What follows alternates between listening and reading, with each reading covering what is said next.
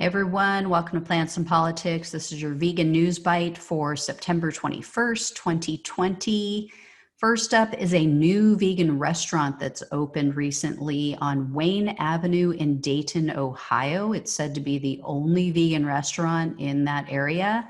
The restaurant is called Cafe 1610, Cafe 1610.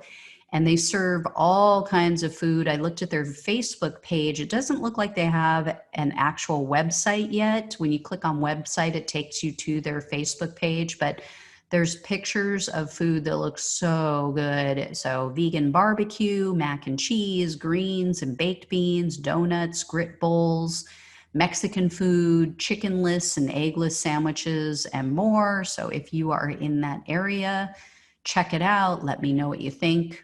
Next is a study that was really exciting. It was conducted by two organizations, the International Labor Organization and the Inter-American Development Bank.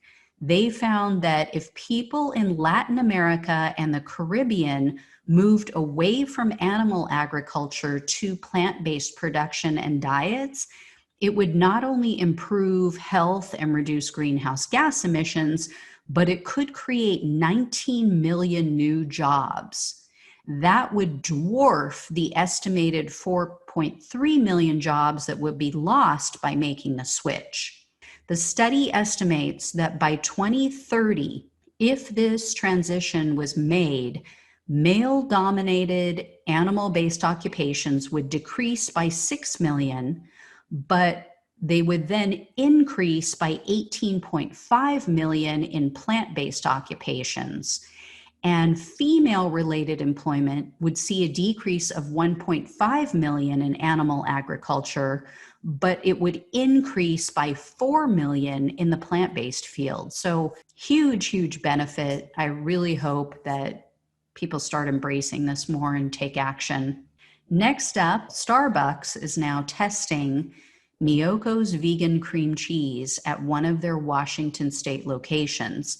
They're offering the cinnamon raisin and everything flavors as part of an effort to move away from dairy-based products and reduce their company's carbon footprint. So if this is successful, they will roll it out across the country and probably in other countries as well. So this is really exciting. I hope it does well.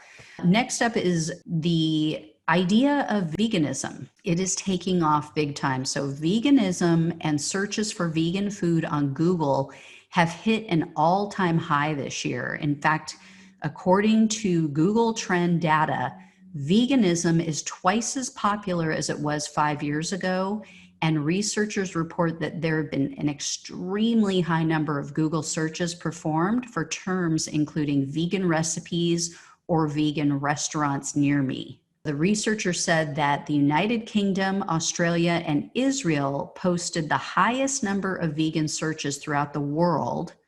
And they also noted that in March, when meat supplies became disrupted because of the pandemic, plant-based meat sales increased by 280% in the United States. Next up is an Australian plant-based company called V2 Food.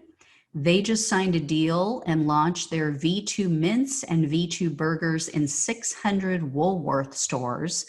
The company is trying to keep their prices down and keep them in line with animal-based products to reach more consumers.